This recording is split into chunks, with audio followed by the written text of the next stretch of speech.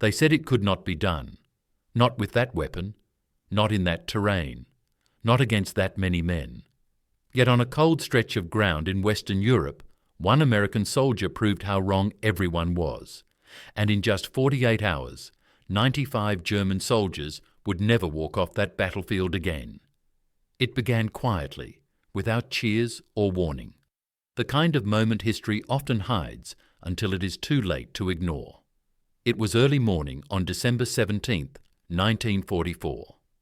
The Ardennes Forest was still wrapped in darkness, heavy with fog and pine smoke.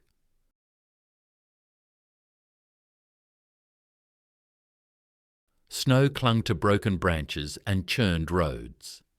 This was the second day of what would soon be called the Battle of the Bulge, though the men fighting inside it had no idea yet how massive it would become. They only knew one thing.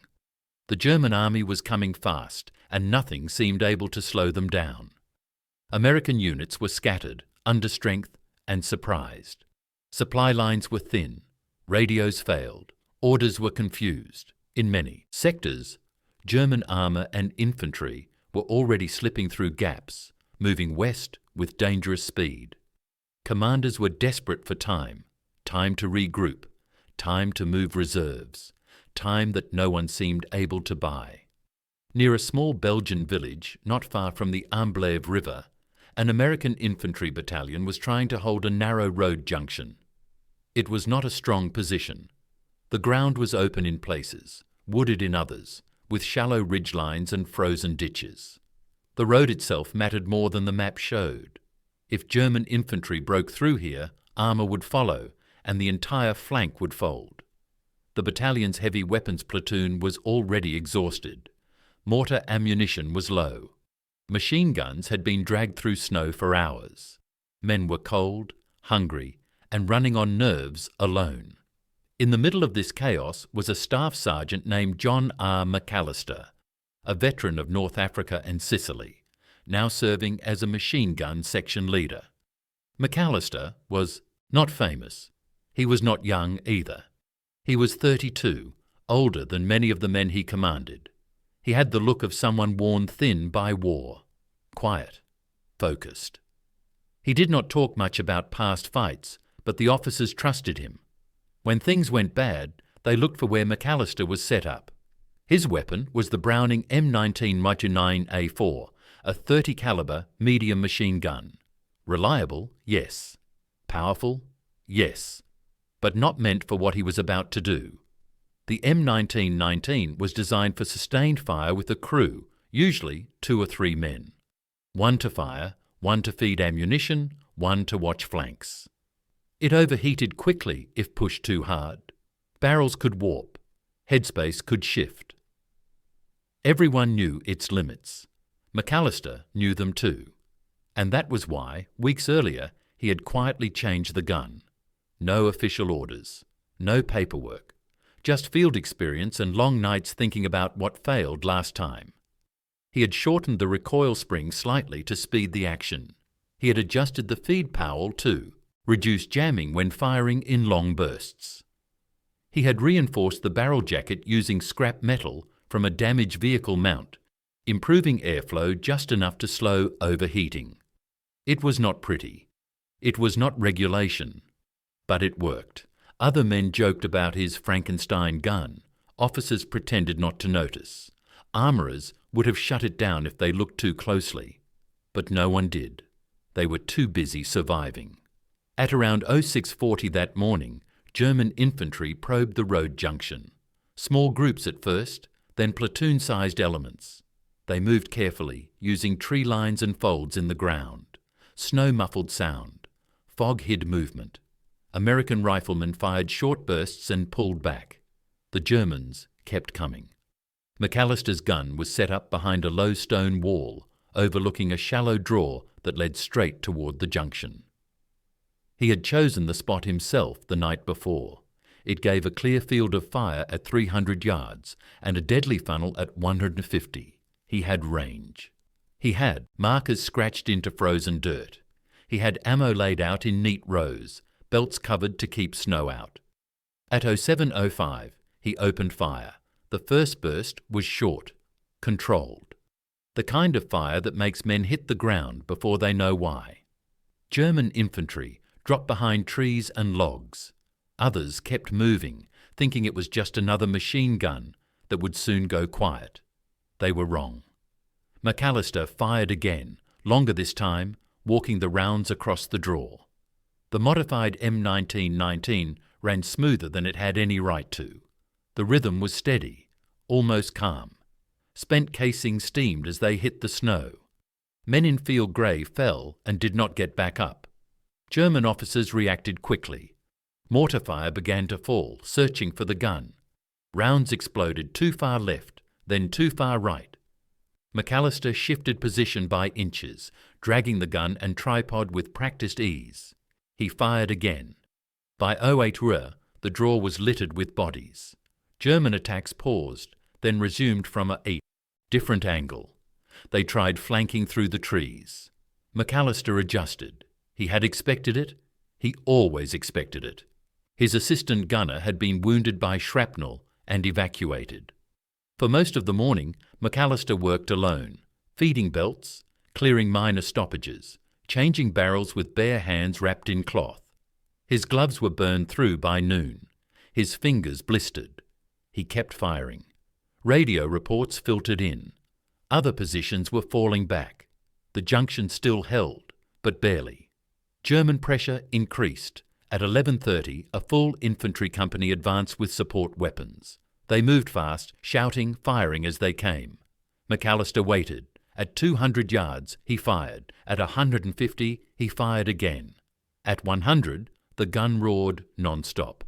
The modified feed system kept belts moving even as the barrel glowed faintly red beneath the jacket. Snow around the muzzle melted into slush. Men later said the sound was different, not louder, just relentless, like it would never stop. By early afternoon, German bodies lay in clusters. Some had fallen so close they were only yards from the wall. The smell of cordite mixed with blood and wet wool. McAllister drank melted snow when his canteen ran dry. He did not leave his position. As night fell on December 17th, the attack slowed. German units regrouped. American officers finally reached McAllister's position and stared at the ground in front of him. No one spoke for a long moment. A lieutenant quietly counted what he could see before stopping. He did not want to finish. McAllister did not celebrate. He did not talk. He cleaned the gun by feel in the dark, checking parts the way a surgeon checks a pulse. He knew it was not over. At 02:10 on December 18th, the Germans came again. This time they attacked under cover of darkness, using the road itself, believing the machine gun crew would be gone or asleep. They were wrong again. McAllister had not slept. He had been waiting, listening to boots crunch in, the snow. When he fired, it was at point-blank range. The next 24 hours would turn his position into legend, though no one would call it that yet. By the time the fighting finally eased, 95 German soldiers would be confirmed dead in his field of fire alone. 48 hours. One man, one modified machine gun, and the road junction would still be in American hands. But the cost, the strain on his body, and what that weapon did to him in those final hours is where the story truly becomes impossible. By dawn on December 18, 1944, the cold had become a living thing. It crawled into boots, stiffened fingers, and turned breath into white smoke that hung in the air too long. The Ardennes Forest was silent in the way only battlefields become silent, not peaceful, but tense, like the ground itself was waiting for the next shock. John McAllister had not slept. His eyes burned. His hands shook when he stopped moving, so he did not stop. He checked the M1919 again and again. Headspace, timing, feed tray. The gun was dirty, far dirtier than regulation allowed, but he knew better than to strip it fully in that cold. Metal shrank in freezing temperatures. Parts that fit perfectly in training could seize now. He wiped what he could, oiled sparingly, and trusted the changes he had made weeks earlier. The gun had already proven itself. Now it would be tested again. At 06:30, movement appeared in the fog. Shapes first, then helmets. German infantry was advancing cautiously, learning from the blood left behind the day before. These were not green troops. They moved in short rushes, covering one another, spreading out to avoid another slaughter. Somewhere behind them, officers were pushing them forward with urgency. Time mattered. Orders mattered. And someone had decided that this road junction had to fall today. McAllister waited until they crossed the invisible line he had fixed in his mind. He always did. The first burst shattered the quiet. Men dropped instantly, others dove for cover. The Germans returned fire, bullets snapping off stone and tearing into frozen earth. A round struck the wall inches from McAllister's face, spraying grit into his eyes. He blinked it away and kept firing. The M1919 chugged steadily, the modified action cycling faster but smoother than standard. He fired in disciplined bursts, never wasting ammunition, never letting the barrel overheat beyond recovery. When smoke rose from the jacket, he paused just long enough, then resumed. He was no longer thinking in words. His world had narrowed to angles, distances, sound, and recoil. German mortars began falling again. This time they were closer. One round exploded behind him, throwing snow and stone into the air. The concussion slammed into his back, knocking the breath from his lungs. For a moment, the world went white. He lay still, unsure if his legs worked. Then the sound of boots brought him back. He rolled, dragged himself upright, and pulled the gun a few feet to the right. The tripod legs scraped on stone. He did not look back to see what the mortar had done. He did not need to. The Germans were closer now, some within 50 yards. He fired. Men fell in the open, others crawled. A German machine pistol rattled from behind a tree. McAllister shifted fire and cut it off. The draw became a trap again, just as it had the day before. Bodies piled where cover ran out. Snow turned dark and slick. By mid-morning, German attacks came in waves, small groups first, then larger formations. They tried smoke. They tried suppressing fire.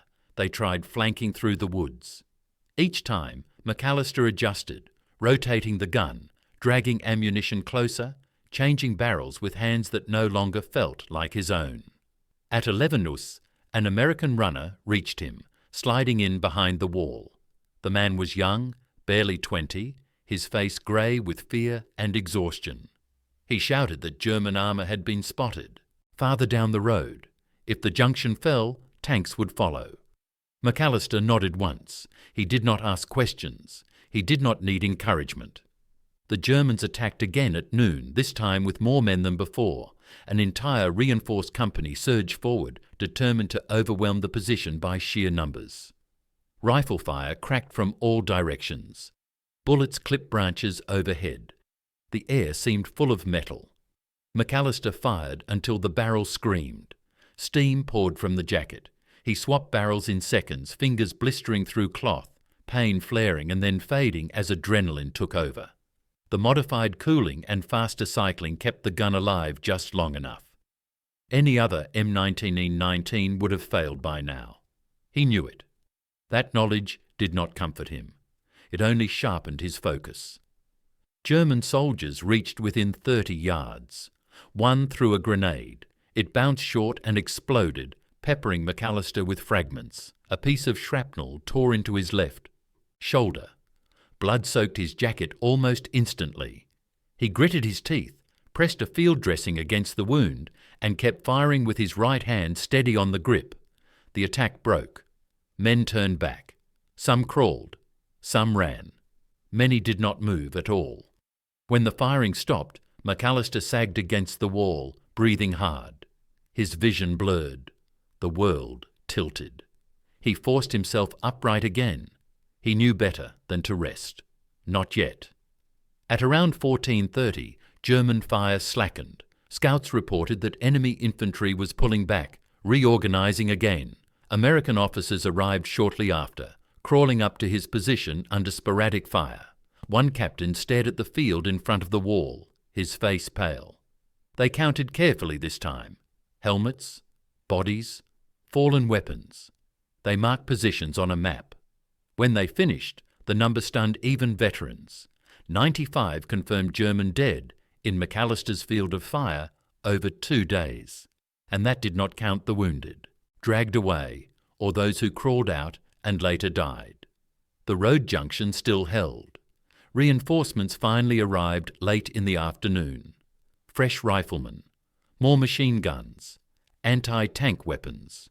The German push in that sector slowed, then stopped entirely. The delay brought by that position helped higher command stabilise the line during the most dangerous phase of the German offensive. Only then did McAllister allow himself to be treated. Medics cut away his jacket. They shook their heads at the burns on his hands, the shrapnel wounds, the blood loss. He was close to collapse. When they tried to lift him onto a stretcher, he resisted until someone promised the gun would come with him. Only then did he let go. At the aid station, officers asked him questions. What modifications had he made? How long had he fired? How many barrels had he changed? He answered simply, without drama. He did not exaggerate. He did not minimize. He just told the truth. The modified M1919 was inspected days later by armourers and ordnance officers. Some shook their heads. Others quietly took notes. Officially, nothing changed. Regulations remained the same, but among frontline units, word spread fast. Small changes, field fixes, practical knowledge earned under fire. McAllister's gun became a lesson passed hand to hand, not written in manuals. McAllister himself never became famous. He received a Silver Star for gallantry, presented weeks later under far calmer skies. He accepted it awkwardly, uncomfortable with attention.